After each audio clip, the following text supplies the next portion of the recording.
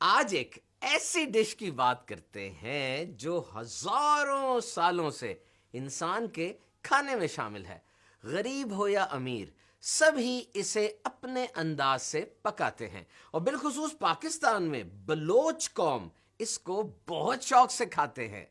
سب سے بڑھ کر یہ کہ جو حدیث شریف میں آیا کہ حضور صلی اللہ تعالی علیہ وسلم کا محبوب ترین کھانا روٹی کا سرید تھا، اور اس کے بارے میں ہمارے پیارے آقا صلی اللہ علیہ وسلم نے یہ بھی فرمایا برکت 3 چیزوں میں ہے: مسلمانوں کے اجتماع، سرید اور سحری کے کھانے میں. سب سے پہلے حضرت ابراہیم علیہ السلام نے سرید تیار کیا. یہ ڈش روٹی کے ٹکڑوں کو گوشت کے شوربے میں بھگونے سے بنتی ہے، اور اس میں بوٹیاں وغیرہ بھی شوربے میں مکس ہو جاتی ہیں. اور اگر ہم اس کو ڈیفائن کریں so it's actually bread crumbs soaked